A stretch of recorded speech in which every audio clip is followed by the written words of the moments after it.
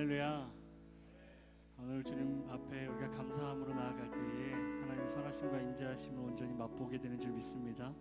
우리 가운데 역사하실 그 하나님 앞에 감사와 영광의 박수 한번 올려드리고 예배 자리에 나아가십시다.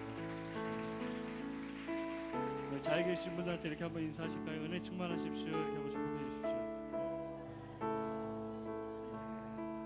이 자리에 일어나셔서 우리 예배로 나아가도록 하겠습니다.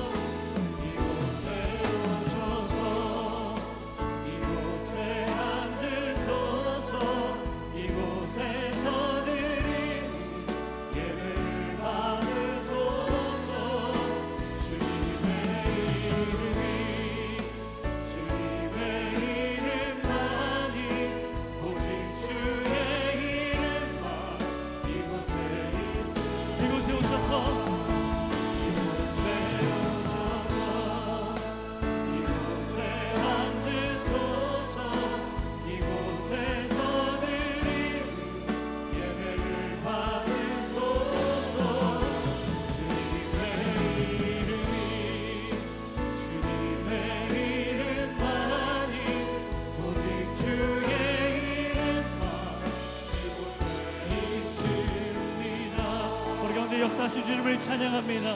할렐루야. 아멘.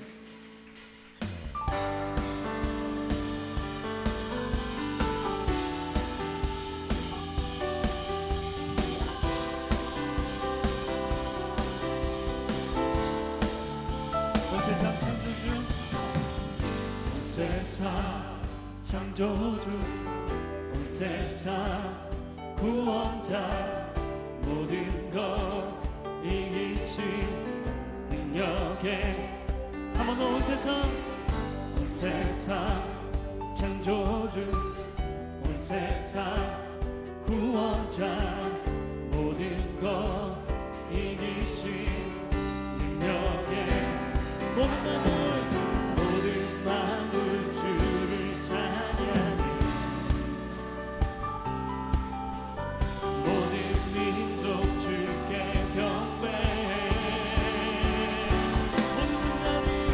모두 승리하리, 열방 없게 되리, 하나님께서 통치하시네. 모두 승리하리, 열방 없게 되리. 위대하신 왕, 위대하신 왕 여호와. 하나님 열방을 우리에게 주셨. 그 명령 따라서 열방을 한 번 더. 하나님 열방을 우리에게 주셨네. 그 명령 따라서 열방을 모든 만물 주를 찬양해, 모든 민족 주께 경배해.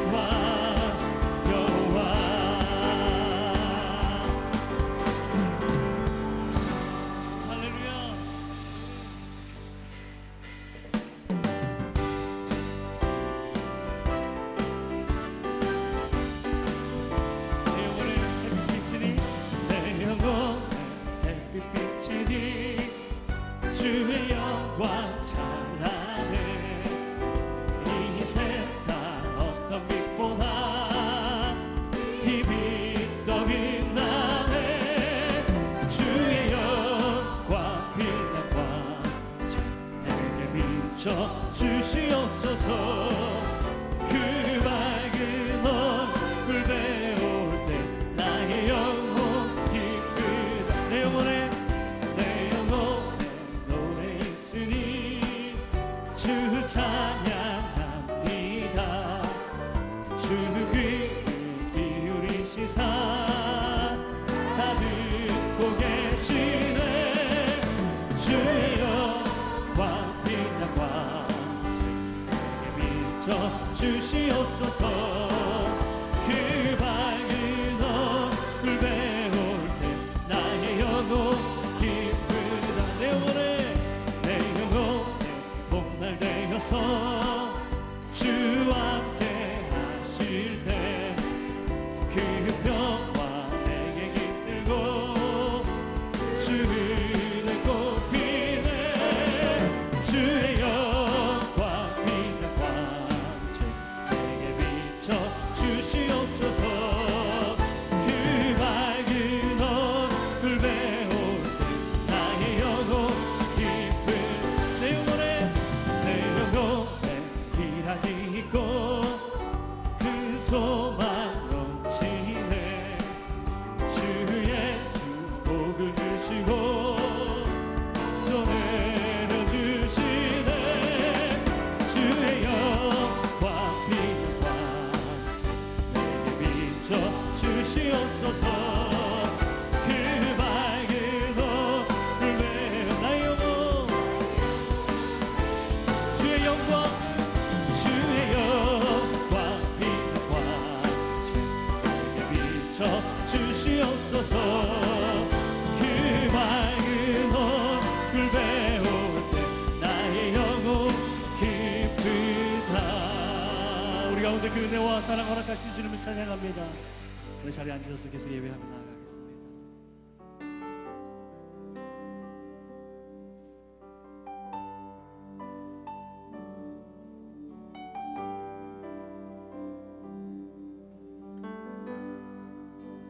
주님 곁으로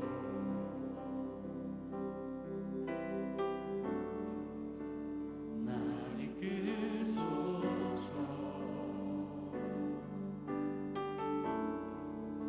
내 모든 것 따르며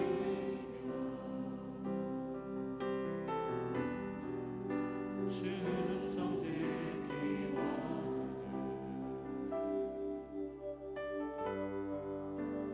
나의 찬송아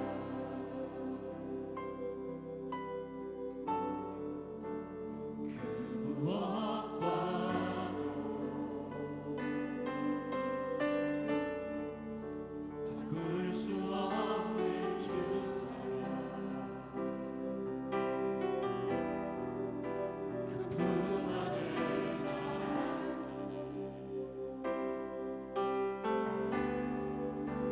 주님의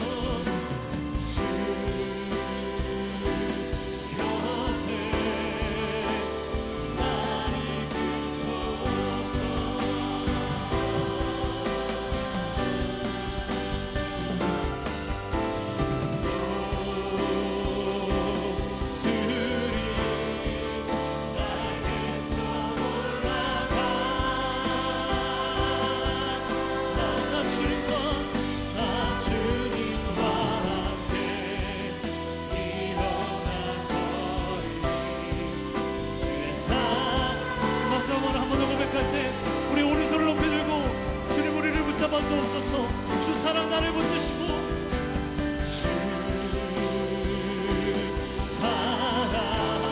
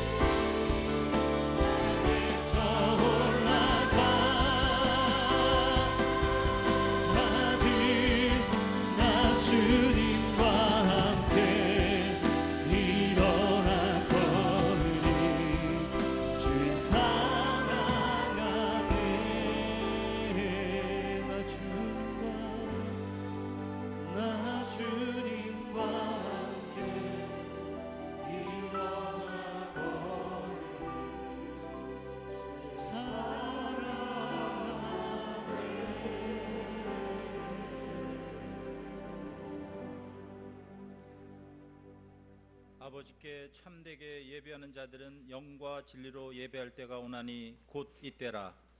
아버지께서는 자기에게 이렇게 예배하는 자들을 찾으시느니라. 하나님은 영이시니 예배하는 자가 영과 진리로 예배할지니라. 아멘.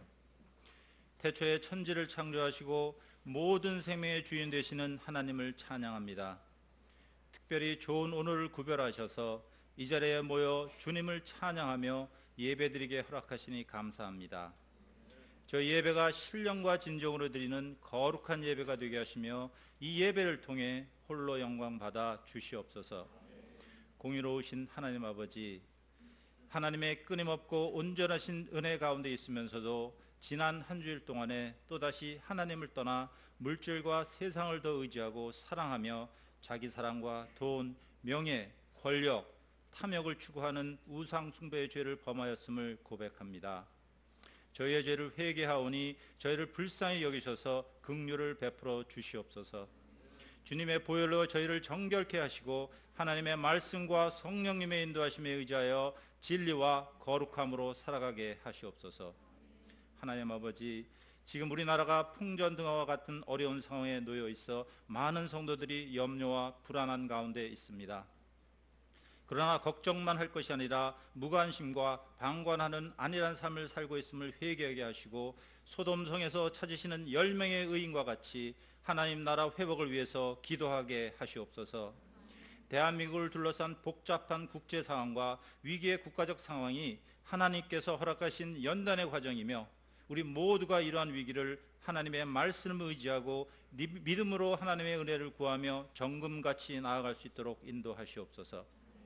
하나님 아버지, 이 시대에 온누리 교회에 나라와 민족을 위한 40일 릴레이 금식 기도를 허락하여 주시니 감사합니다. 이 기도가 나라와 국가의 회복을 위한 느헤미야의 기도가 되게 하시옵소서.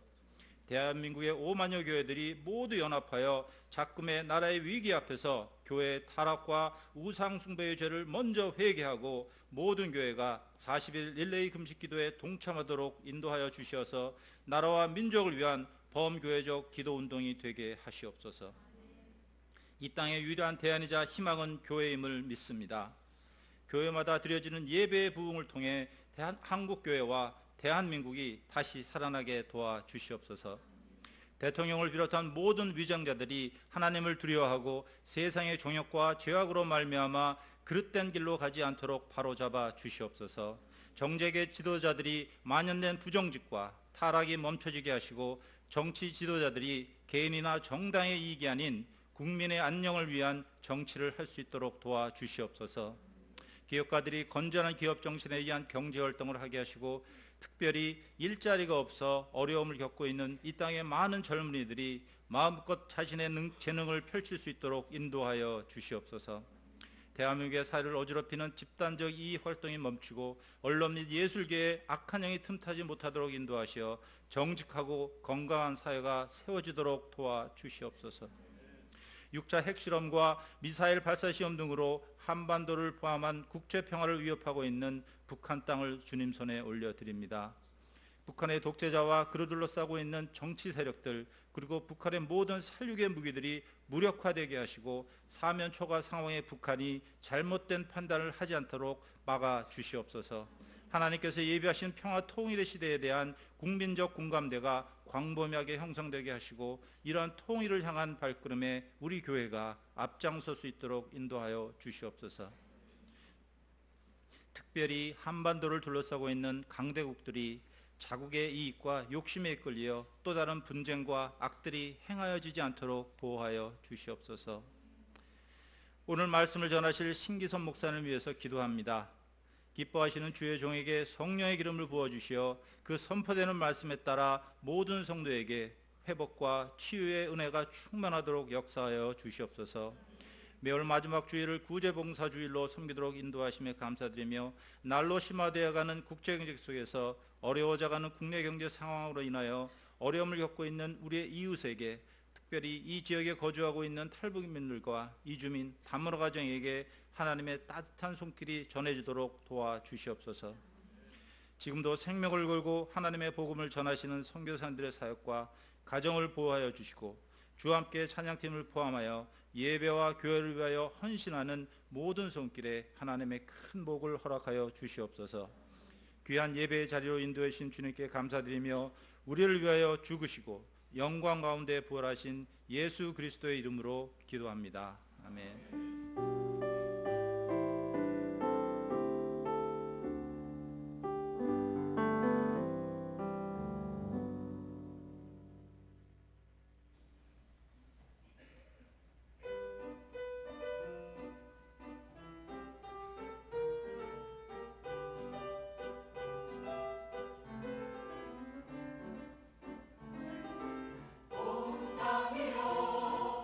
여호와께 즐거워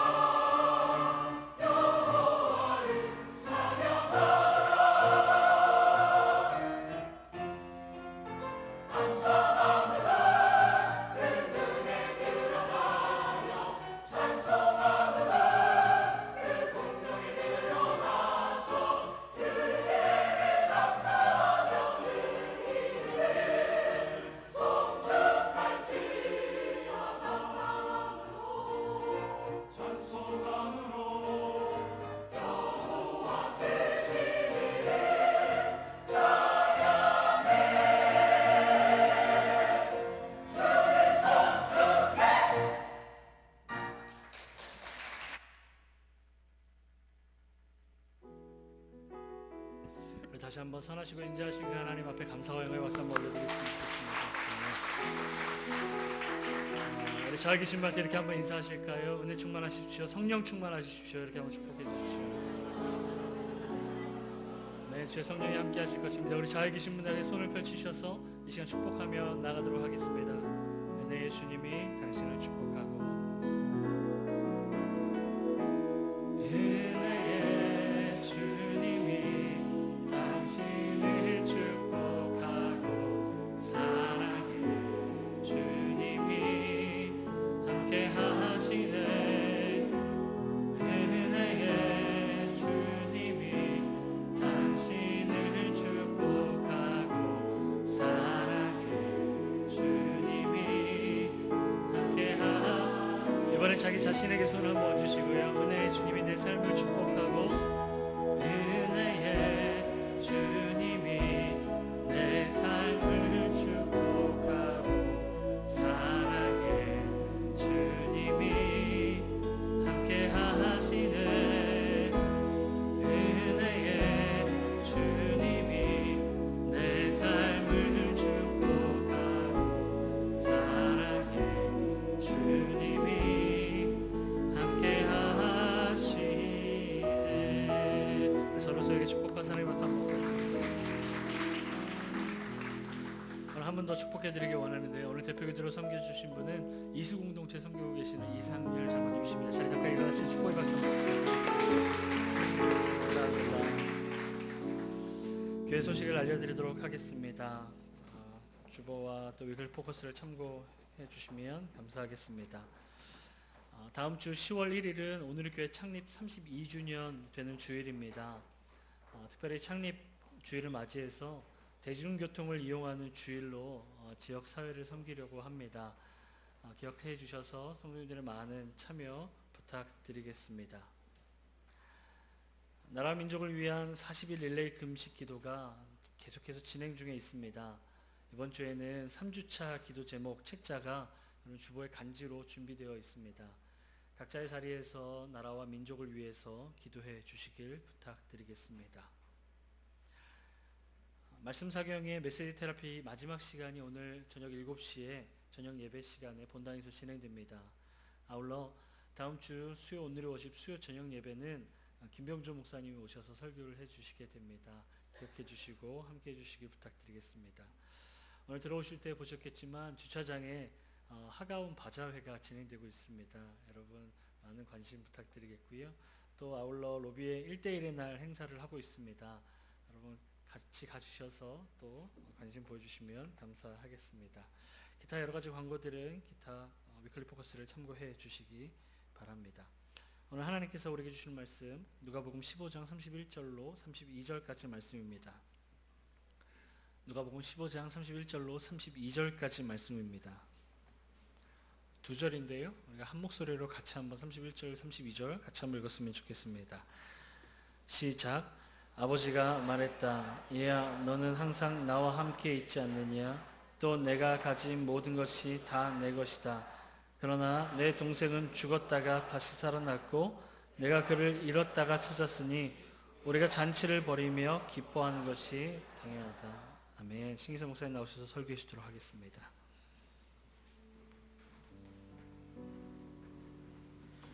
오늘은 교육자 인사가 있습니다. 그동안 저희와 함께 사역했던 우리 김종화 목사님께서 서빙고 차세대로 이동하시게 됐습니다. 우리 목사님 나와서 인사하겠습니다. 네, 5년 동안 그 수원 차세대에서 많은 사랑을 받은 것 같습니다. 먼저 사역을 잘 할 수 있도록 기다려주시고 지지해주신 담당 목사님과 장로님들 또 리더십들 특별히 차세대 선생님들께 감사드리고 또 부모님들께도 감사드립니다. 마지막 날에 주님이 오셔서 종아야 너는 이 세상에서 무엇을 하고 왔니? 라고 물으시면 저는 주저함 없이 주님 다음 세대를 준비하며 섬기며 왔습니다 라고 말하고 싶습니다. 그 일에 잘했다 착하고 충성된 종아 이렇게 칭찬받는 목회자가 될 수 있도록 계속 기도해 주시고 응원해 주시면 감사드리겠습니다. 감사합니다. 사랑합니다.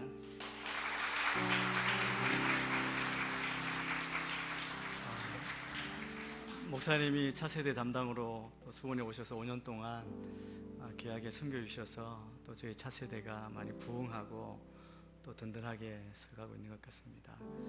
가셔서도 또 차세대 사역, 우리 목사님이 이곳에 계시면서 우리 차세대를 위한 헌신 또 공부를 계속하셔서 박사학위도 받으셨습니다.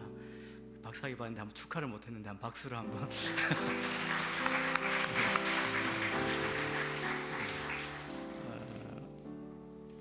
기독교 교육, 설교학이군요. 설교학, 차세대 설교를 이렇게 박사학위를 받고 또 더욱더 우리 다음 세대를 세우는 일에 귀하게 헌신할 줄 믿습니다. 생각나실 때 우리 목사님 위해서 계속 기도해 주시면 감사하겠습니다. 몇 가지 광고 말씀 전해드립니다.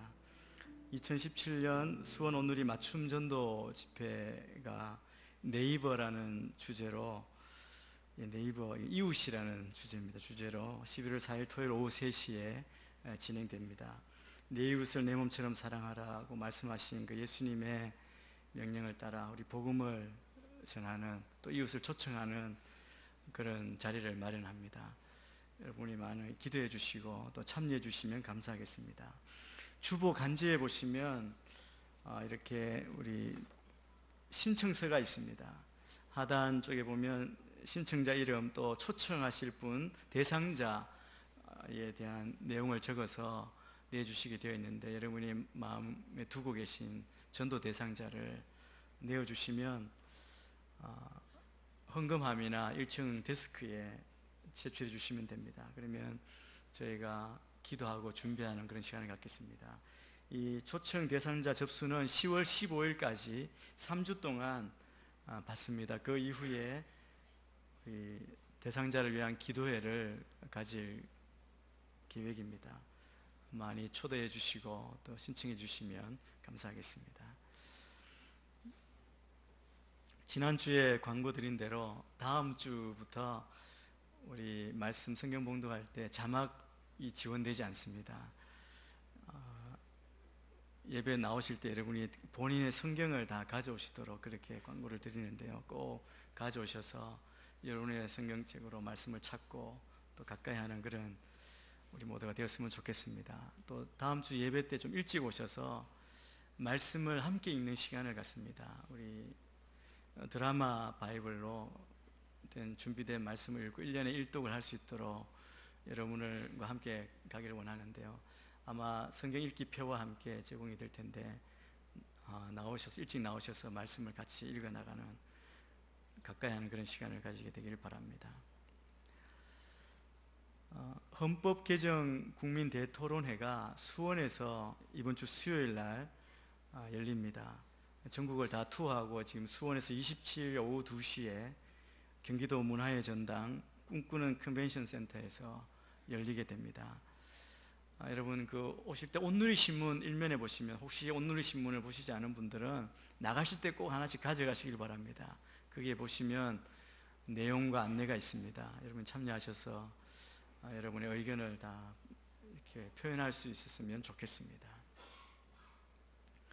나라와 민족을 위한 40일 릴레이 금식 기도가 계속 진행됩니다. 이번 주에 주보간지에 3주 4주차가 나갔습니다. 여러분 추석 연휴 때도 계속 여러분이 그 기도 책자를 들고 계속 기도해 주시면 좋겠고 함께 참여해 주시면 감사하겠습니다. 이 시간에 우리가 마음을 모아서 같이 한번 기도하기를 원합니다. 이 나라와 민족을 위해서 많은 기도의 제목이 있습니다. 이 나라의 모든 상황을 볼 때 우리가 무엇을 구해야 할지 알지 못하는 그런 위기와 두려움과 공포 가운데 있는데, 우리가 오직 소망 되신 주님만 바라보고 의지하며 나아가게 하시고, 우리가 회개하고 무릎 꿇고 주님 앞에 엎드릴 때 이 땅을 고치시는 주님만 의지하며 나아가기를 원합니다. 주님 고쳐주시옵소서. 우리 이 나라와 이 백성을 기도해 주시고, 이 한국교회가 오늘 예배를 통해 예배드리는 곳마다 그리스도 온전한 연합이 일어나게 해 주시고, 또 사역을 마치고 또 성으로 가는 우리 김종환 목사님 사역 가운데 축복하여 주옵소서. 이것을 놓고 우리 합심해 기도하며 나아가겠습니다. 주여 한 분 외치고 기도하겠습니다. 주여, 하나님 아버지, 이 땅, 이 민족을 위해 우리가 금식하며 기도하며 나아가길 원합니다. 우리가 아무것도 할 수 없는 이 상황 가운데 우리 오직 주를 바라보며 주의 도우심을 구하며 기도합니다. 하나님으로 꿇고 기도할 때 이 땅을 고치시는 주의 능력을 경험케 하여 주시고, 살아 역사하시며 역사의 주관자 되신 주님께 모든 걸 맡길 때 주님이 행하시는 일을 보는 이 민족 되게 하여 주옵소서.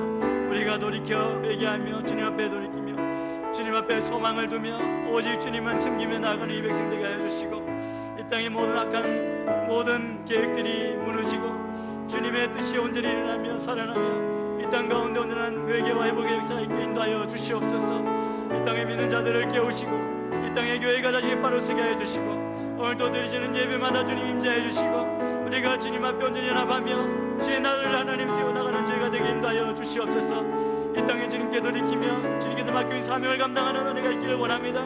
이 땅 가운데 참된 평화와 평강을 주시고 기쁨을 주시고 소망 가운데 나아가는 이 백성이 되도록 주여 역사하여 주옵소서.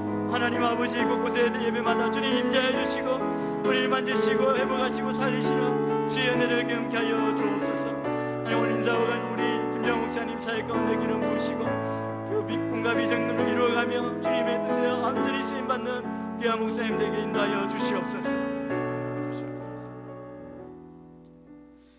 하나님 아버지, 겸손히 주님 앞에 엎드려 기도할 때 들으시는 주님, 우리가 주님만 바라보며 주님께 소망을 두며 믿음으로 나아가는 저희가 되게 인도하여 주옵소서. 오늘도 오직 주의 뜻을 알고 주의 마음을 기쁘게 해드리는 주의 백성이 되기를 원합니다. 주의 음성을 듣게 하시고 우리가 고치게 하시고 변화되게 하시고 돌이키게 하여 주옵소서. 오늘도 우리 가운데 임재하신 주님을 찬양합니다. 감사하며 그러신 예수님 이름으로 기도합니다. 아멘.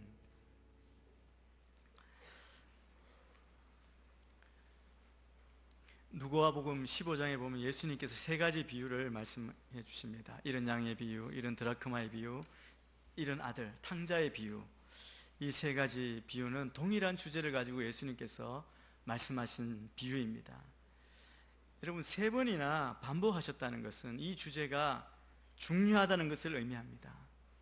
우리가 하나님을 믿는다고 하지만 이 하나님의 마음, 하나님의 진리를 잘 모르고 그냥 살아가는 경우가 많이 있기 때문에 주님께서 우리에게 강조하시고 우리에게 들려주시는 비유입니다.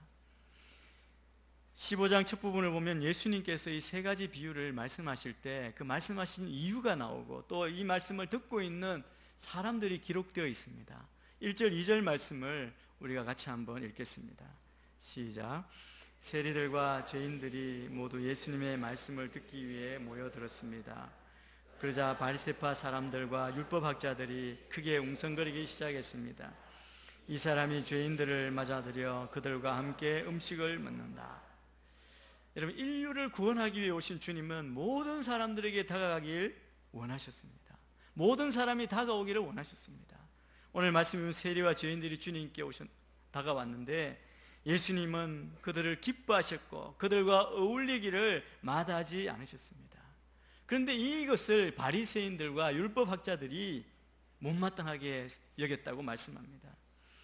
그래서 예수님께서 이 사람들, 그들의 잘못된 생각을 고쳐주고 바로잡아주고 하나님의 마음, 하나님의 진심이 어디에 있는지를 깨닫게 하기 위해서 세 가지 비유를 우리에게 들려주신 것입니다. 여러분, 이 비유를 우리가 잘 알죠. 잃어버린 양의 비유는 목자가 한 마리 양을 잃어버렸는데 나머지 99마리 양은 다 그냥 두고 그 한 마리 찾기 위해서 산과들을 다 찾아다닙니다. 그리고 마침내 양을 찾고 돌아와 기뻐하며 잔치를 벌였다는 겁니다. 이런 드라크마의 비유도 마찬가지입니다. 잃어버린 한 드라크마를 찾기 위해서 온 집안을 썰며 부지런히 찾아 마침내 발견해서 이웃을 불러서 그 기쁨을 함께 나누었다는 겁니다. 탕자의 비유도 마찬가지입니다. 집을 떠나 모든 재산을 날리고 돌아온 아들을 맞이한 돌아온 그 아들을 기뻐하며 잔치하는 아버지의 그 기쁨에 대해서 말해주고 있습니다. 이 세 비유에서 공통적으로 들려주시는 말씀은 잃어버린 영혼을 향해서 하나님이 얼마나 안타까운 심정과 사랑의 심정을 가지고 그들을 찾고 계시는가, 그것을 보여줍니다. 당시에 바리새인과 율법학자들은 성경에 정통한 사람이었습니다. 굉장히 도덕적인 사람, 율법을 잘 지키는 성실한 종교인들이었습니다. 그런데 그들의 실제 모습, 예수님께서 오셔서 그들을 책망하신 이유는 그들이 하나님에 대해서 모른다는 거였습니다. 하나님의 마음을 모르고 하나님에 관해 무지하다는 것이죠. 이 말을 들었을 때 그들은 분명히 항의했을 것입니다. 우리가 하나님에 대해서 무지하다니요. 우리는 이렇게 말씀을 열심히 공부하고 알고 적어도 모세오경을 줄줄이 암송할 만큼 정통합니다. 하나님의 명령대로 율법에서 말씀하시는 대로 살기 위해서 최선을 다하고 있는데, 그런데 하나님을 모르다니요. 그들이 분명히 항의했을 것입니다. 그런데 하나님에 대한, 하나님에 관한 성경적인 지식을 많이 가지고 있었지만, 평생을 연구한 사람들이었지만 실상 그들은 하나님의 마음을 몰랐다는 겁니다. 하나님의 마음, 하나님의 심정을 모른다는 것은 하나님을 모른다는 것과 마찬가지입니다. 그럼 사람들이 다른 사람을 볼 때 어떤 사람은 조건에 따라, 그가 어떤 배경, 어떤 환경, 어떤 조건을 가진 데 따라 사람의 가치가 차이 있는 것처럼 생각하고 그렇게 대하는 경우가 있지 않습니까? 그런데 하나님 앞에서 모든 사람, 모든 영혼이 동일한 가치가 있습니다. 세상은 비천하다, 나고자다, 그렇게 소외시키고 버린다 할지라도 하나님께 돌아오면 하나님께서는 하늘에서 크게 기뻐하는 겁니다. 그래서 사실 우리가 가까운 친구나 이웃들에게 줄 수 있는 가장 최고의 선물, 가장 큰 사랑은 그들에게 예수님을 믿도록 그렇게 돕는 일입니다. 그들을 예수께로 인도해서 예수를 잘 믿을 수 있도록, 그들이 구원을 받도록, 영생을 누리도록 섬겨드리는 일입니다. 그래서 그리스도인들은 하나님이 가장 기뻐하는 일을 해야 합니다. 그것이 바로 다름 아닌 전도라는 사실입니다. 세상의 영혼 구원보다 급하고 중요한 일이 없습니다. 이건 그리스도인 그리고 교회의 가장 중요한 사명입니다. 제가 광고 드린 우리가 맞춤 전도 집회를 준비하고 잃어버린 영혼에게 복음을 전하려고 하는 이유가 바로 이것 때문입니다. 그런데 여러분, 우리 안에도 세상에는 바리새인들과 율법학자들처럼 하나님의 마음이 어디에 있으신지 그것과 상관없이 아랑곳하지 않고 죄인들이 주님께 돌아오는 것을 보고도 기뻐해 주지 못하는 그런 무리들이 있었습니다. 그래서 예수께서는 비유의 말씀을 통해서 아버지의 기쁨에 동참하기를 거부하고 또 주님과 멀어진 또 하나의 탕자인 큰아들에 대해서 말씀해 주십니다. 아버지의 사랑에 대해서 마음의 문을 닫아버리고 거절하는 또 하나의 탕자, 같은 집에 아버지와 함께 살지만 마음이 아버지로부터 떠나 있습니다. 이 아들의 모습 속에서 우리는 바리새인 율법학자들의 모습을 볼 수 있습니다. 그리고 그 말씀을 가만히 보면서 우리의 모습도, 나의 모습도 발견할 수 있습니다. 탕자의 이야기는 우리가 너무나 잘 압니다. 재산을 가지고 재산을 다 허랑방탕하게 날려버렸습니다. 탕진했습니다. 존귀한 아들의 신분에서 아버지를 떠나 결국 돼지와 같이 지내는, 돼지가 먹는 쥐엄 열매를 얻어먹으려고 애쓰는 그런 비천한 위치에까지, 그런 모습으로까지 떨어지게 됩니다. 그런데 그런 상황 가운데에도 감사한 것은 그때 그가 아버지 집을 생각했다는 겁니다. 그가 이렇게 이야기합니다. 내 아버지 집에는 일꾼들이 많은데, 그들은 먹을 것도 많은데 나는 여기서 굶어 죽는구나. 내가 일어나 아버지에게 돌아가서 이렇게 말하겠다. 내가 하늘과 아버지께 죄를 지었습니다. 나는 더 이상 아버지의 아들이라고 불릴 자격이 없으니 나를 품꾼의 하나로 좀 받아주십시오. 일꾼으로 써주십시오. 둘째 아들의 이런 변화는 회개로부터, 마음의 회개로부터 시작되었습니다. 자기가 어떤 처지에 있는지, 자기의 빈곤함을 깨달았고, 아버지 집에 있는 그 풍성함과 그리고 그 은혜를 기억했고, 자기 잘못을 깨닫는 그 마음이 생겼습니다. 여러분, 우리 인간이 회개할 때도 똑같은 원리가 적용됩니다. 하나님을 떠나 사는, 하나님 없이 사는 삶의 허무함과 슬픔과 빈곤과 그 고통을 깨닫는 것이 우선입니다. 그리고 하나님 안에서 누리는 그 영생, 평화, 기쁨, 그 풍요로움에 대한 소망을 붙잡을 때 회개의 첫걸음을 내디딜 수 있습니다. 근데 둘째 아들, 이 탕자의 가장 잘한 것은 생각으로만 그친 것이 아니라 그 발을 이렇게 발길을 돌려서 아버지께로 돌아간 겁니다. 여러분, 누구든지 아버지 집으로 돌아오면 생명을 얻습니다. 아버지는 어땠습니까? 그 아들이 나간 날부터 그 아들이 돌아오기를 기다렸습니다. 아들이 멀리 보이니까 달려가서 목을 안고 입을 맞추고 종에게 명합니다. 가장 좋은 옷 입혀라. 손에 반지를 끼워라. 발에 신발을 신겨라. 그뿐 아닙니다. 살찐 송아지를 잡아다 잔치를 베풀자고 했습니다.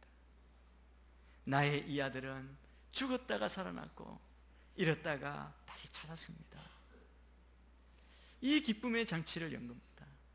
그런데 여러분, 이런 양의 비유, 이런 드라크마의 비유, 또 탕자의 비유의 차이점은 뭐냐면, 이래서 찾은 그의 잔치에 그치지 않고 이 탕자의 비유에서는 잔치를 열고 있을 때 또 하나들, 큰아들의 이야기를 우리에게 들려주고 있습니다. 큰아들이 돌아오니까 자기 집에서 흥겨운 잔치 소리가 들립니다. 놀랐겠죠. 왜 그런지 궁금했겠죠. 근데 큰아들 마음에 이런 마음이 들지 않았겠습니까? 자기 집에서 열리는 잔치인데 자기는 모르고 있는 겁니다. 아마 그 마음 가운데 어떤 마음이 먼저 올라왔겠습니까? 섭섭함이 올랐겠죠. 화도 났겠죠. 그래서 집으로 가지 않습니다. 종을 불러서 무슨 일인가 묻습니다. 그런데 놀랍게도 집 나간 동생이 돌아온 것을 축하하기 위해 잔치한다는 겁니다. 여러분, 우리가 이 비유를 다 아는데 만약 우리가 큰아들의 입장에 서 있다면 여러분은 어떤 반응을 보이시겠습니까? 집 나간 동생이 돌아왔습니다. 그런데 이 동생을 그리워하고 보고 싶어하고 사랑하는 동생이 아닙니다. 이 아들 때문에, 이 동생 때문에 우리 집안에 어떤 일을 겪었는데 아버지의 마음을 아프게 했고 아버지를 거의 실성시키실지도 모릅니다. 가문의 이름에 먹칠을 한 아들입니다. 가문의 수치인 그 동생이 돌아가지 않고 그냥 죽었으면 좋겠는데 죽지도 않고 염치 없이 돈을 다 탕진한 채로, 그리고 거지 몰골을 하고 돌아온 것입니다. 그런데 아버지는 살찐 송아지를 잡아 온 동네 사람을 불러 잔치하고 있습니다. 여러분, 함께 기뻐하기가 쉽겠습니까? 그런 아버지를 이해할 수 있습니까? 동생에 대해서 좋은 감정을 가질 수 있겠습니까? 기쁨의 잔치에 이 아들만은 좋은 감정, 기쁨을 함께 할 수가 없는 겁니다. 오늘 말씀, 이 비유의 말씀을 보면 그는 기뻐하는 대신 정반대의 반응을 합니다. 화가 나서 집에 들어가려고 하지 않았습니다. 아마 이 아들 내면의 문제, 그 아들을 괴롭히는 또 다른 문제는 뭐냐면 이런 생각이 들었을 겁니다. 아, 내가 정말 공평하게 대접을 받지 못하는구나. 나는 공평하게 취급받지 못한다는 느낌이 그 마음 안에 일어났던 것 같습니다. 다른 사람은, 특히 동생은 그럴 자격이 전혀 없는데 대접을 받고 있고, 나는 대접받을 만한 이유가 있는데 대접받지 못한다는 이 생각에 분노하는 겁니다. 화를 내는 겁니다. 이 마음은 처음에 섭섭함에 왔을 겁니다. 왜 나를 알아주지 않느냐? 나를 특별하게 대해주지 않느냐, 이런 마음이었을 겁니다. 여기 불만을 토로하는 이 아들의 말이 있습니다. 우리가 읽은 본문 앞에 29절 30절 말씀입니다. 우리 같이 한번 읽겠습니다. 시작. 그러자 큰아들이 아버지에게 이렇게 말했다. 보십시오, 저는 여러 해 동안 아버지를 위해 종노릇하고 무슨 말씀이든 어긴 적이 없습니다. 그런데 제게는 친구들과 함께 즐기라며 염소 새끼 한 마리도 주시지 않았습니다. 그런데 창녀와 함께 아버지의 재산을 탕진한 아들이 집에 돌아오니까 아버지는 그를 위해 살찐 송아지를 잡으셨습니다. 이 아들의 이 말 할 때, 여러분, 이 말하는 아들의 표정, 목소리가 어땠을 것 같습니까? 화났을 때의 목소리 어떤지 아시죠? 아주 격앙된 목소리로 그 큰아들을 데리고 집으로 가자고 데리러 나온 아버지에게 아마 화를 쏟아냈을 겁니다. 눈을 부라렸을지도 모릅니다. 그런데 아들의 이 모습을 생각할 때 우리는 몸은 비록 아버지와 함께 살고 있지만 그 마음은 아버지로부터 멀리 떠나 있는, 아버지를 떠난 또 다른 탕자의 모습을 발견할 수 있습니다. 그는 집에 남았습니다. 아버지에게 효도하는 것처럼 보였습니다. 순종했습니다. 집안을 돌봤습니다. 그런데 이 순종과 책임이 마지못해 해야 되는, 억지로 하는 짐으로 여기고 있는 겁니다. 아버지를 섬기는 것이 마치 종노릇하는 것처럼, 종살이 하는 것 같다는 거죠. 여러 해 동안 아버지를 위해 종노릇하고 자기 입으로 그렇게 이야기하는 겁니다. 둘째 아들처럼 집을 떠나지는 않았지만 큰아들이 보인 분노와 작은 아들을 위해 잔치를 벌여주는 것을 보는 그 마음의 질투, 그걸 보면 그 아들은 아버지와 함께 했지만 그는 아버지와 상관없이 자유하지 못하는 삶을 살고 있다는 사실을 보여줍니다. 아버지와 함께 있지만 사랑이 없는, 존경이 없는, 기쁨이 없는 아주 삭막한 삶을 산 것입니다. 그러니까 그 마음에 비판이 나오고 저주가 나오고 분노와 원망, 괴로움과 질투가 나오는 겁니다. 여러분, 이런 게 우리의 인생, 우리의 생각을 잡으면 결코 자유로울 수가 없습니다. 이 아들의 생각은 이런 겁니다. 자기는 의로운데 동생은 불의하다는 겁니다. 그렇게 구별짓고 판단하는 것이죠. 이 아들의 문제는 뭐냐면 판단과 차별입니다. 사람을 의로운 사람과 불의한 사람으로 차별하고, 불의한 사람은 죄를 많이 짓고 세상에 우리가 볼 수 없는 나쁜 일을 한 사람은 하나님께 나갈 자격이 없다고 생각하는 겁니다. 자신은 의롭고 다른 사람은 불의하다고 생각하는 것이죠. 그런데 하나님은 다르게 말씀하십니다. 모든 사람이 죄인이다.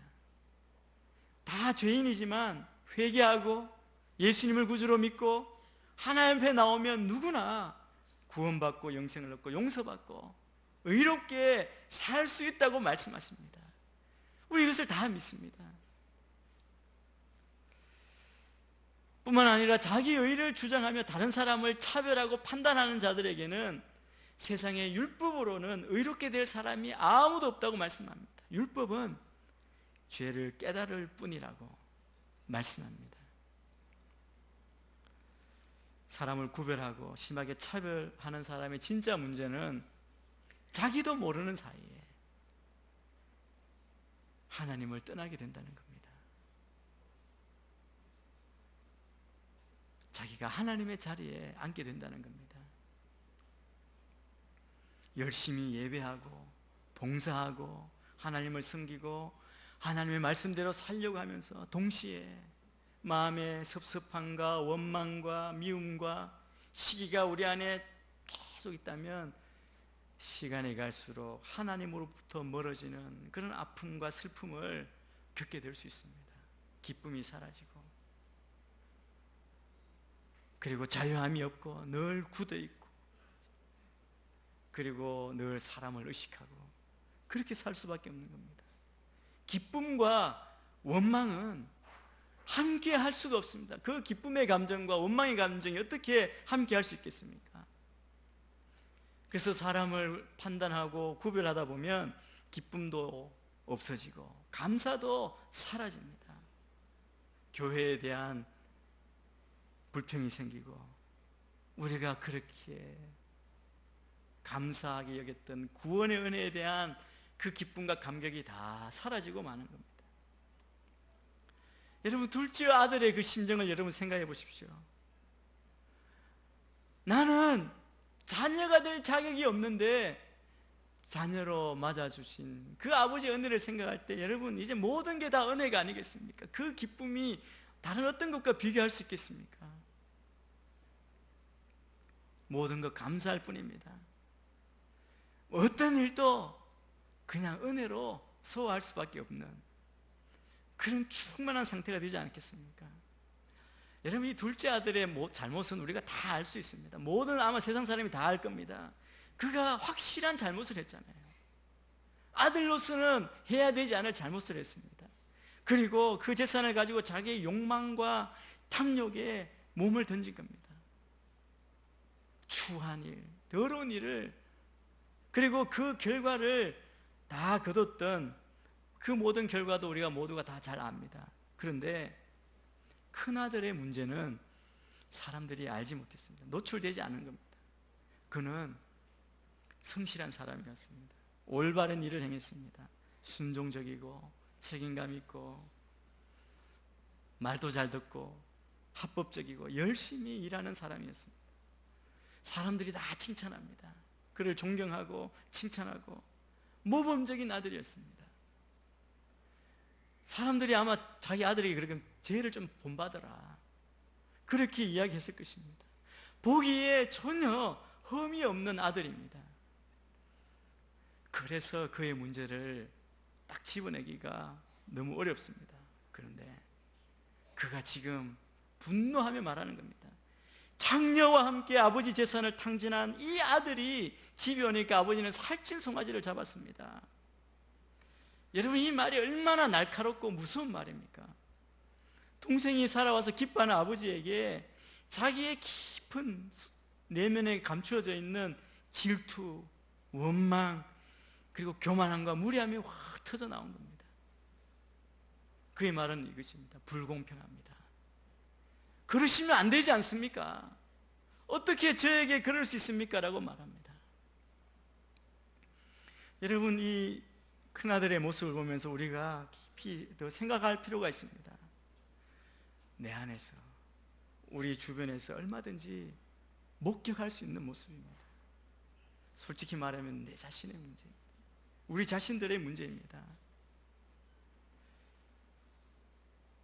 양심적인 사람, 법 없어도 살만한 사람,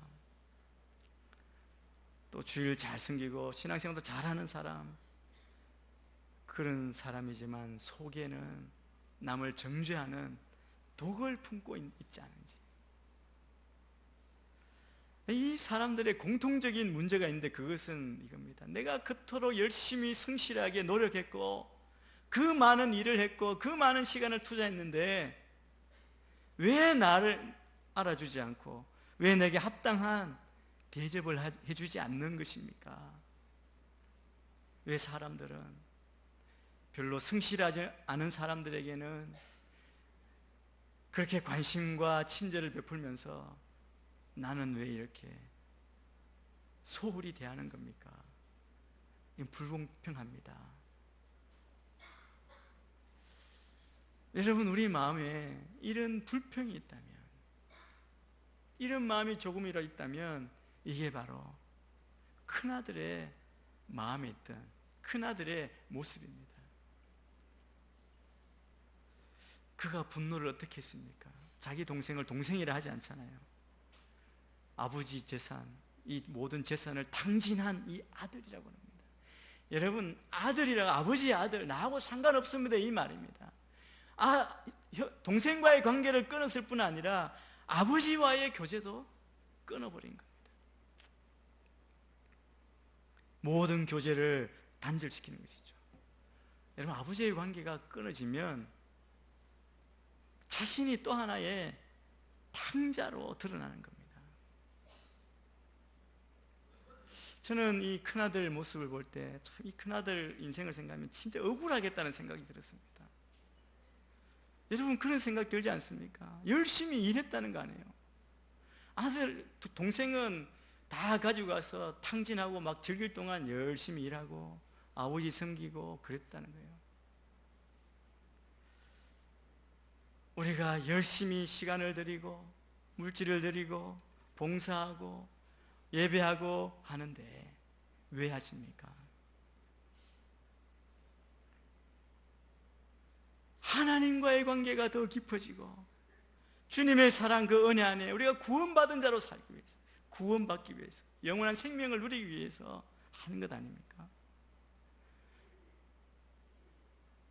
그런데 하나님과의 관계가 멀어지고 하나님 관계가 끊어진다면 구원도 없는 겁니다.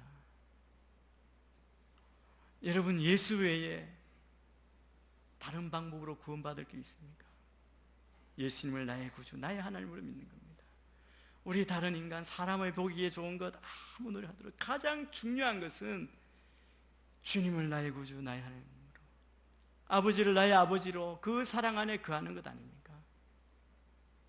이 아들은 그렇게 수고했는데 중요한 걸 놓치는 겁니다. 작은 아들은 회개하고 돌아옴으로 아버지 용서받고 회복이 이루어졌습니다. 그럼 이 큰아들은 어떻게 해야 합니까? 큰아들은 어떻게 해야 치유받을 수 있고 회복할 수 있습니까? 그것은 아버지의 사랑을 아는 겁니다. 무한한 아버지의 사랑을 믿는 겁니다. 신뢰하고 아버지께로 나아가 아버지께 손을 내밀 때 그때 가능한 겁니다. 아버지 안에 있던 그 기쁨이 회복되어야 하고 아버지 앞에 다시 돌아와야 합니다. 저는 이곳에 있는 우리 모두가 혹시 아버지의 그 은혜, 그 사랑에 멀어진 사람이 있다면 다시 한번 하나님 아버지의 사랑에 대한 믿음과 신뢰가 온전히 회복되기를 주의 이름으로 축원합니다. 그 사랑 안에 거해야 합니다. 아버지가 이렇게 이야기합니다. 31절 32절 말씀 함께 읽겠습니다. 시작. 아버지가 말했다. 얘야, 너는 항상 나와 함께 있지 않느냐? 또 내가 가진 모든 것이 다 내 것이다. 그러나 내 동생은 죽었다가 다시 살아났고 내가 그를 잃었다가 다시 찾았으니 우리가 잔치를 벌이며 기뻐하는 것이 마땅하다. 이 아들은 자기가 종처럼 일한 것으로 알고 그 피해의식을 느끼고 있었습니다. 그렇게 해야 되는 줄 알고 했겠죠. 그러나 아버지의 마음은 그렇지 않습니다. 아버지가 뭐라고 말씀합니까? 늘 함께 있었다. 여러분, 우리 삶에 가장 중요한 것은 하나님이 나와 함께 하신다는 겁니다. 이게 가장 중요한 것을 우리가 붙들으면 다른 어떤 것도 억울하지 않습니다. 여러분, 가장 중요한 것 잡았는데 다른 게 뭐 소용이 있습니까? 이걸 중요하게 여기지 않고 이 가치를 모르니까 다른 것 때문에 섭섭해하고 억울한 마음이 드는 것이죠. 주님이 말씀 가운데도 늘 말씀합니다. 두려워하지 말라. 내가 너와 함께 함이니라. 여러분, 이것이 최고라고 말씀합니다. 아버지는 아들과 함께 한다고 말씀합니다. 늘 함께 있었다고 말합니다. 또 이 맏아들은 아버지가 인색한 분이라고 생각했습니다. 친구들과 함께 먹으라고 염소새끼 한 마리 주시지 않았는데 어떻게 다 재산을 탕진하고 온 아들에게는 살찐 송아지, 이 살찐 송아지는 원어를 보면 그 송아지를 하는데 그 아들이 돌아올 날을 위해 아버지가 준비해 놓은 송아지입니다. 그 송아지를 잡아줍니까? 나에게는 그렇게 인색하십니까? 라고 생각했습니다. 그런데 실상 아버지는 그런 아버지가 아니었습니다. 아버지가 뭐라고 말합니까? 아버지가 가진 모든 것이 맏아들 것이다, 네 것이라고 그렇게 선포합니다. 불공평한, 불공정한 아버지가 아닙니다. 그 아들은 부당하게 대우받은 것이 아닙니다. 여러분, 이게 하나님 아버지의 우리를 향하신 마음입니다. 아버지는 다른 어떤 것보다 정말 중요한 것은 아들과의 친밀한 관계를 강조하십니다. 얘야, 너는 항상 나와 함께 있지 않느냐? 또 내가 가진 모든 것이 다 내 것이다. 아버지는 그 아들과 모든 것을 나누었습니다. 아무것도 따로 떼어놓은 것이 없습니다. 이 큰아들에 대한 아버지의 무한한 사랑을 다른 어떤 것으로 표현할 수 있겠습니까? 하나님의 사랑, 우리를 향한 사랑이 바로 그렇다는 겁니다. 아버지는 결코 두 아들을 비교하지 않습니다. 그 둘을 완전한 사랑으로 사랑할 뿐이죠. 그리고 그들이 형편에 따라 그 표현하는 방법은 그 형편에 따라 표현하신 것 뿐입니다. 여러분, 이 탕자의 비유 마지막 부분을 보면 그 이후에 맏아들이 그러면 그 잔치에 들어갔는지 안 들어갔는지 결론이 없습니다. 맏아들이 어떻게 했을까요? 모릅니다. 여러분, 오늘 이 말씀을 듣는 우리 모두도 이 큰아들처럼 아버지의 사랑에 대해서 어떻게 우리가 반응을 보일 것인지 우리의 선택과 결단에 달려 있습니다.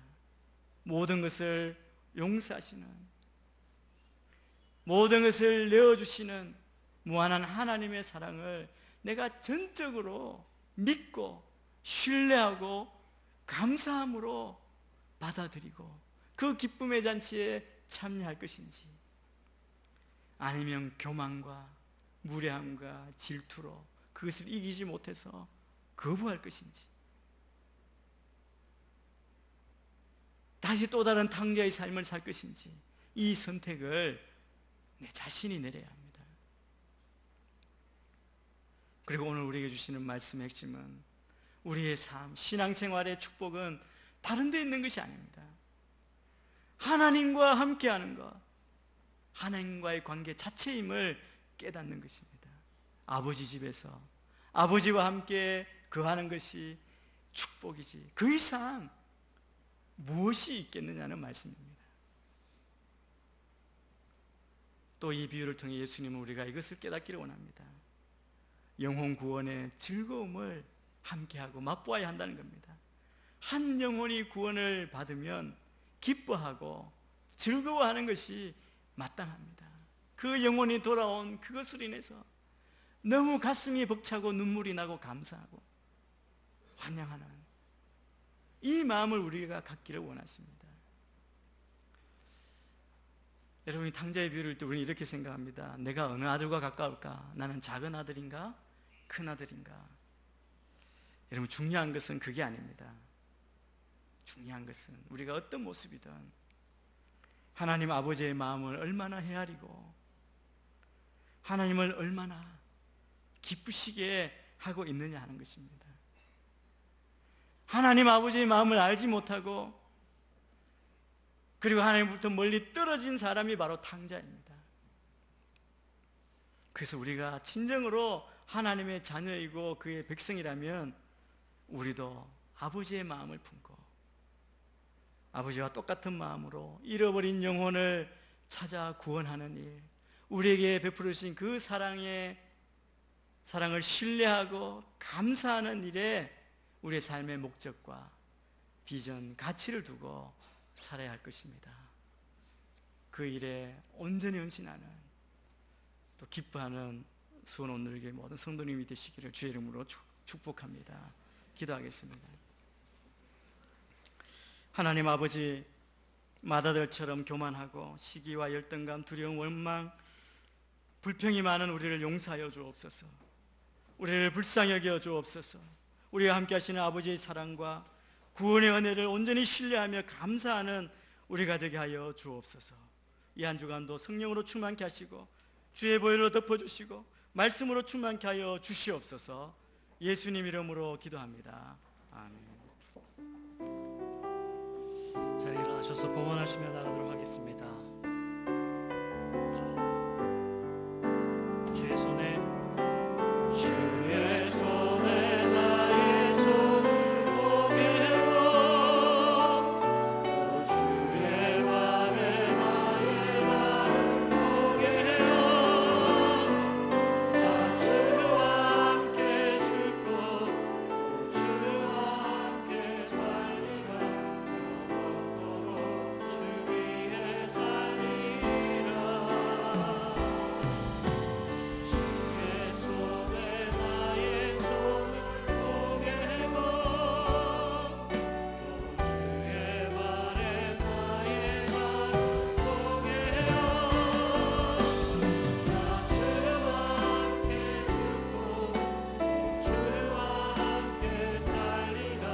영원토록 주 위에 살리라. 주 위에 살리라.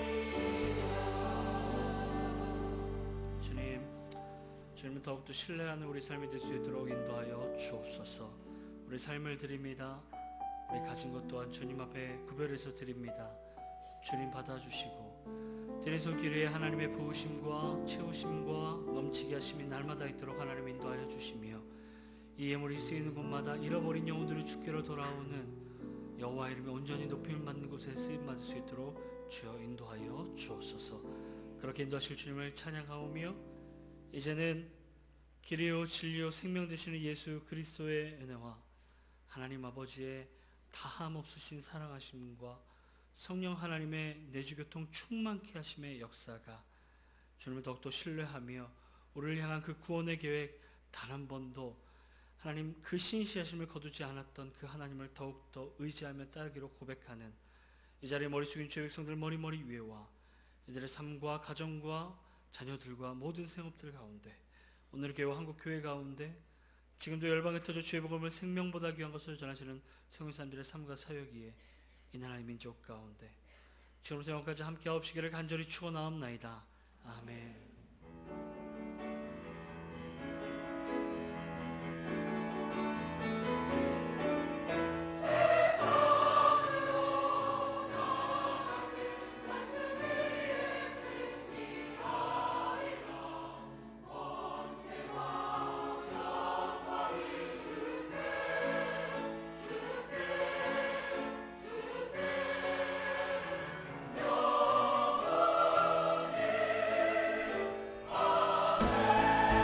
살아계신 하나님을 높입니다.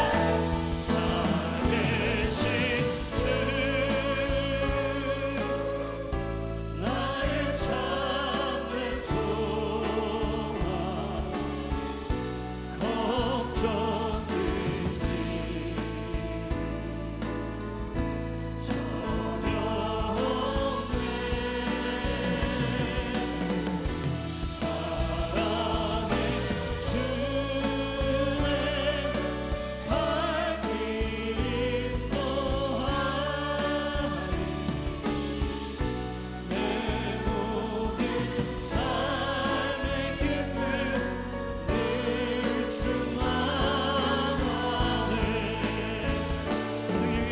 사랑의 예배를 마쳤습니다. 한 주간 승리하시는 사실을 축복합니다. 안녕히 돌아가십시오.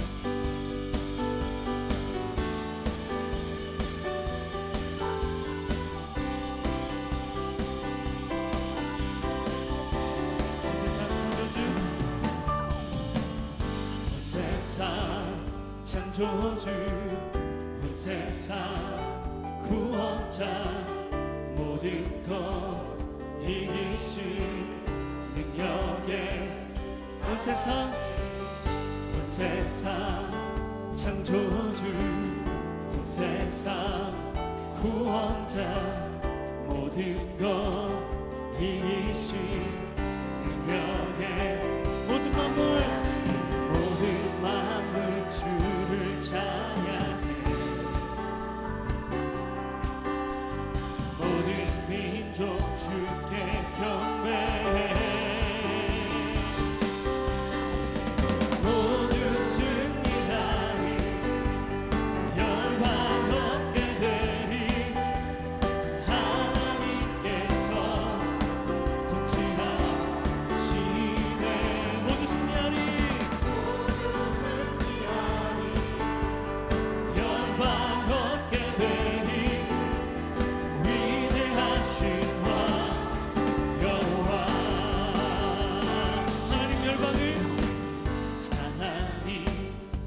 열방을 우리에게 주셨네. 그 명령 따라서 하나님 열방을